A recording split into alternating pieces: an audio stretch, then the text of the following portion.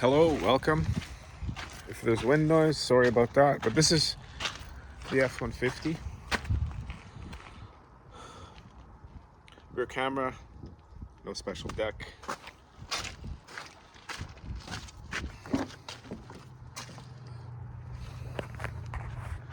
So the rear seats, everything's folded up. Working. It does have rear heat, 12 volt and USB.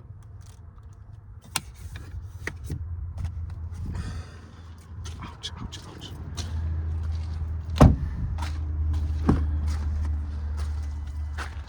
The seats are manual.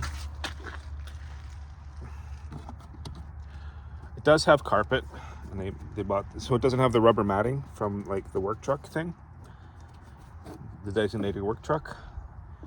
Rubber mats. Everything else is pretty standard stuff. The center console, it's a double. This opens up, but there's a key to get inside the middle part. And the interior is decent enough. The seats are comfortable. Haven't done any long trips in it. And this model is actually, so it's got the V6 in it. I think it's a V6 turbo. Is there a turbo? There's the box.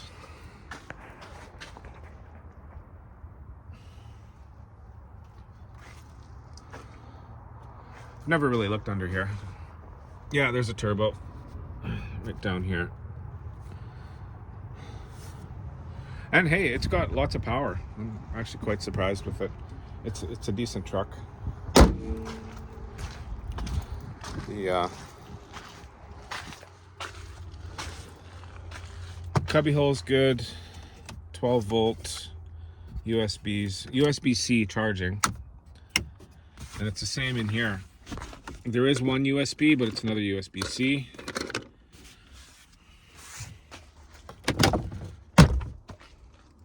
Like, if I was to go out and buy a truck,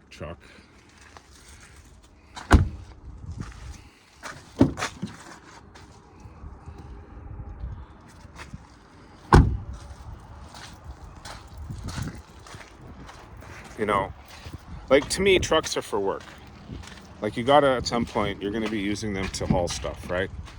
Throw things in it, that sort of stuff. And as a basic work truck goes, this is a really good one.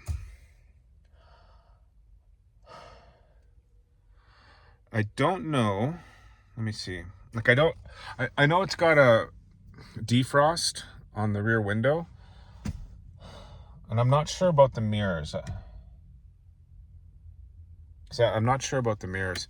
We've had it the winter time, and my buddy, he's got this on his app, and he just starts it, and we leave everything on and high, and so he just lets it melt, which is fine. But this is actually a really nice starter truck.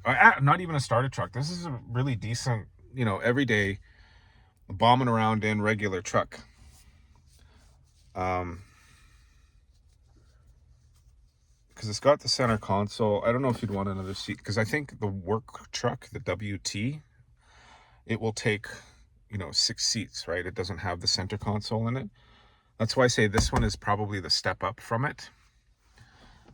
I don't know. It's got some sunglasses in there, lights, message center. Doesn't have no garage thing. Microphone for hands-free. It's got the mirror on the passenger side. Yeah. Like, this was actually what I was kind of after when I was looking for a truck. But at 70 grand, put it out of reach. I would have much rather have had this, I think, than my Hornet. Sort of.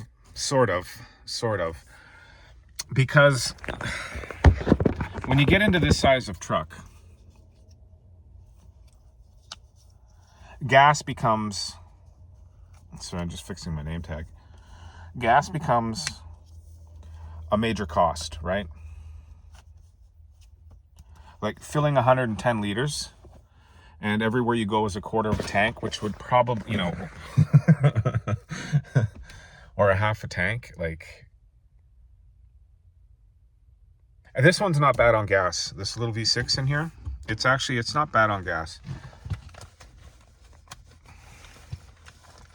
But still, having to go fill up a 110 liter tank compared to my Hornet, which is 50 liters or 53, I can't remember, something around that range. You know, to fill it up halfway is, now, actually when I got to Alberta, it was pretty cheap. It was only like $80 to fill it when it was like bone dry. Now it's closer to 100. Which I don't get, because we've never had more oil and gas reserves than ever before in the history of mankind, and the prices of fuel is like sky high. So when they tell you supply and demand, it's bald-faced lie. Anyway, like, you know, and I think insuring these is more money too. Maybe, I don't know. But for the money that you pay, for you to go out and get an SUV for 70 grand, you're getting a lot in an SUV for 70 grand. You know, I'm talking creature comforts and off-roading stuff, right? But, you know, but you buy a truck, it's ready-made 4x4, it's got towing capacity. You just throw stuff in the back, you don't even need to tow. But in case you need to tow, this will tow, you know, more than you need. What was the other thing here? Like, I live in Canada, it was -40, I was moving from the island, and I got used to my BMW, which had heated seats, heated steering wheel, heated mirrors, the whole 9 yards, subwoofers, excellent sound system. And I really didn't want to give that car up, but I knew I couldn't use it here, and I could not even tow my boat on the island with it. So before I even knew I was moving to Alberta, I knew I needed an SUV sort of thing. And the truck, the F150 was the go-to. It was originally it's the go-to. They make 1 million of them. They do financing to get it out the door. They have been anyway for the last million years, except during and after the pandemic, right? And fixing them, you know, has always never been a real big problem because there's 1 million of them on the road, right? But I guess in the last few years, Ford has really struggled with recalls. The most recalls of any vehicle on the planet has been Ford F-150 in the last couple of years. So it's 2025. 2024 was, yeah. If you keeping tabs on that kind of thing in the car market, you know about that. And if you don't know about that, well, hey, breaking news for you. All right, that's the quick F-150. I'm not going to get into detail with it because it's a truck. Go down to the dealer and look at one. They'll just let you look at one.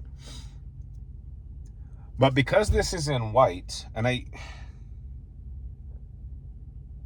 the problem was when I was looking for these, like I was really looking for something like this, and when I was pricing it out on the website, because nobody had any, you had to order these. The work trucks, if they were fleet sales, right? So when they come in, they're already designated to go out to someone or some company, right? So again, I would have had to have ordered one and waited, 6-8 months, 10 months, a year, however long it took. And because the price was just so it was way out of my price range, that you know, I wasn't even going to bother to wait for something like that. But yeah, there's your F-150. Quick and slick. F-150 work truck. But this is, like I said, this is a step up from the crew work truck, I guess. Because it does have the carpet and it doesn't have the middle seat. It's got the console in it. Yeah. I do think these are good trucks. Same with that Dodge Ram. Like, any of these trucks are good. The Chevys, sure. You know, a truck is a truck and they're all useful. You can all make money with them. And that's the thing, owning the truck, it should be paying for itself. It should be put to work and should be paying for itself. If you're just using it as a commuter, you're nuts. Oh, my wife wants a truck just to drive around to go to the grocery store. Slapper. Okay, I'm gonna stop it there. Like and subscribe, and tell your friends, and leave something in the comments.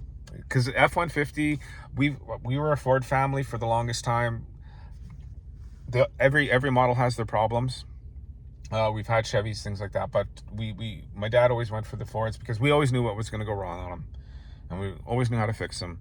And it was and they were more heavy duty, and they could take a beating more so than a Chevy back in the day.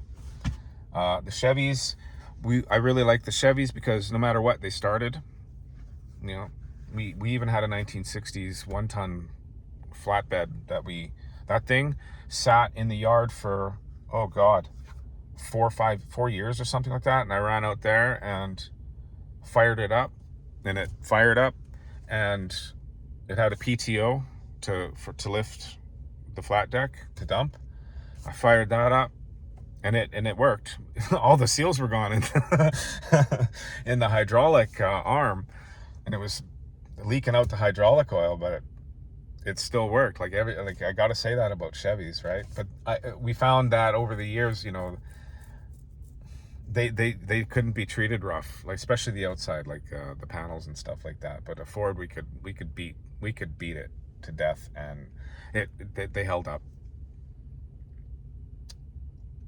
And we always stayed away from Dodge. Like I said, you know, my family was not a Dodge family, but now we are. It's not even Dodge anymore, right? Like, it's Stellantis.